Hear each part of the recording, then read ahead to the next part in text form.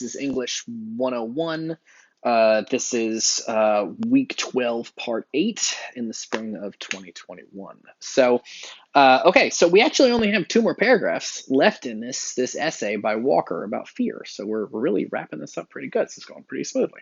And as I said, it's easier than Plato.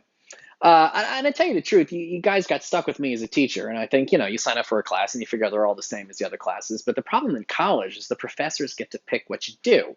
And so there is another version of this class somewhere where all of the things you had to read were like the Walker. It's just that you ended up with me, and I'm bored with stuff like Walker, and I think Plato is more interesting and exciting, but I'm a crazy person.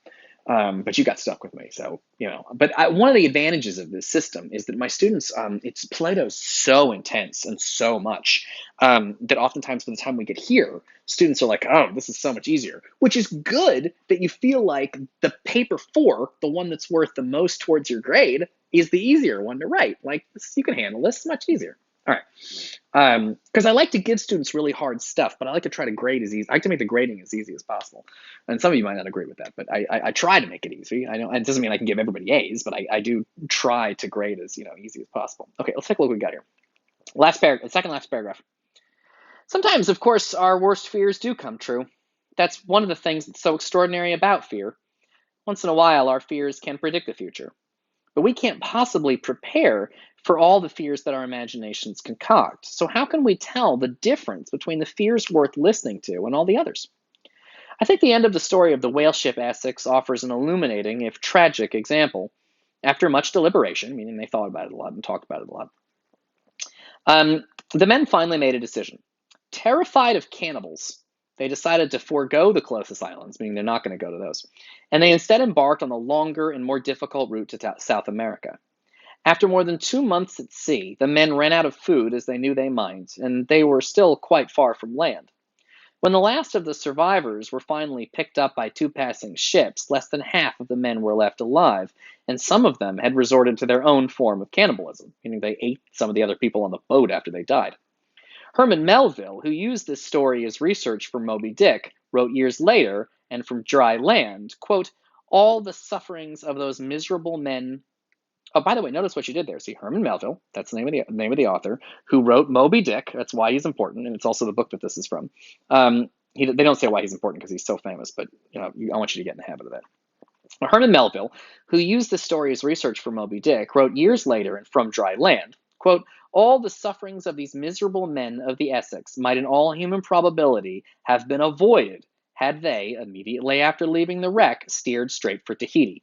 But, as Melville put it, they dreaded cannibals.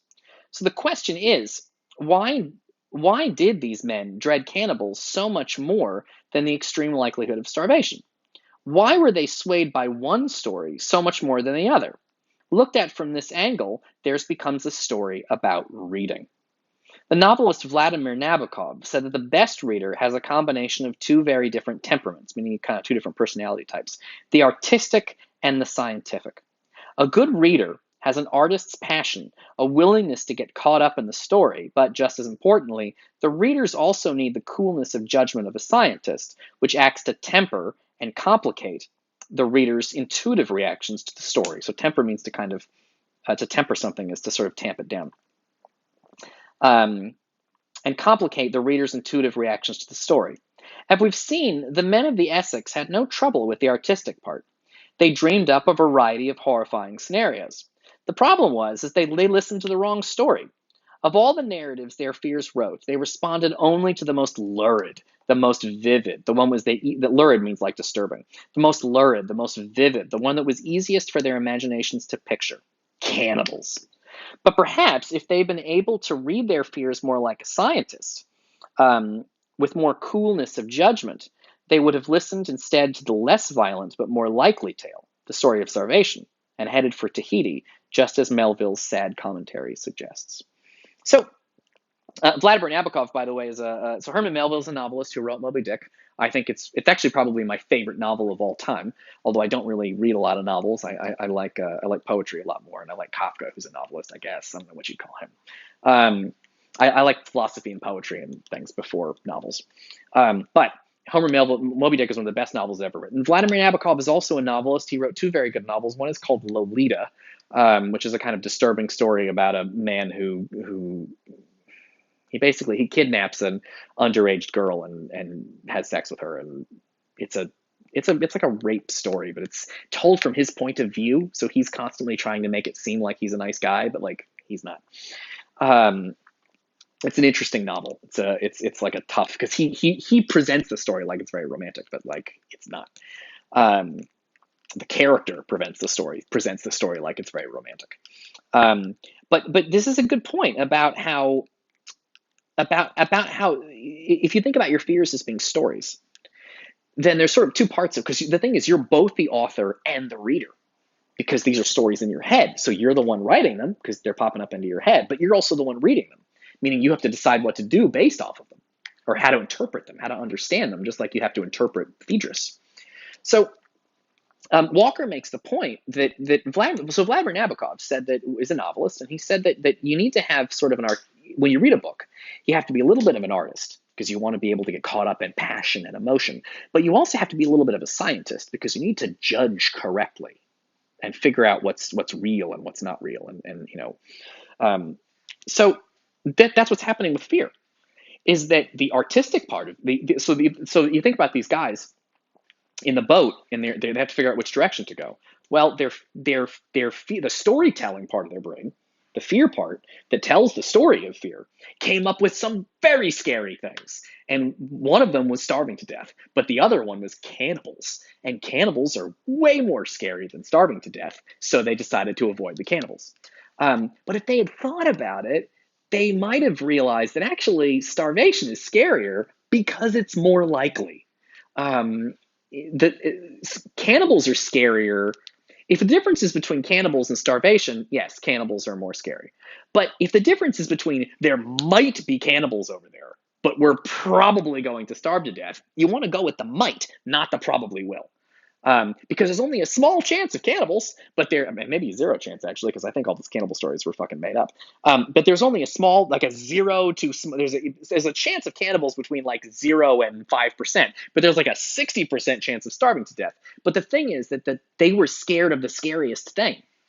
Um, because they were thinking about what's terrifying emotionally. But if they had used their brains a little bit more, they would have realized the really scary thing is how high a chance they were going to starve to death compared to a very low chance, maybe zero chance, of getting eaten by cannibals.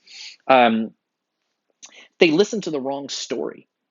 Because if your fears are stories, then you want to listen to your fears, but you also have to figure out which stories are worth paying attention to. So sometimes, and I think Walker's point and Melville's point is that the cannibal story is definitely the scariest. That doesn't mean you should be paying attention to it because it's not very likely. Um, yeah. So, I mean, the classic example of this in modern day society is that most people consider airplanes to be way more scarier than cars. Like to ride an airplane, you feel very fearful. Um, but in a car, you feel less fearful. The reason for that is interesting. So what's into, I'm sorry, I'll say something else. What's really scary about a plane crash is that when the engine explodes and your plane starts falling out of the sky, you're alive for a long time while the plane is crashing, but you can't do anything about it. That's what makes it really scary. If you get in a car crash, it's probably going to be over and you're going to be dead real fast. That's why plane crashes are scarier than car crashes. But and so people tend to go, I think airplanes are scarier than cars. But statistics will tell you getting in a car crash is way more likely than getting in a plane crash. Planes are actually much safer than cars. They're safe statistically. Airplanes are way safer than cars. But in your imagination, a plane crash is so much worse than a car crash because you're going to have to sit there for 2 minutes knowing for sure you're going to die and not being able to do anything about it, which is very different than a car crash, in which case you might be dead before you know.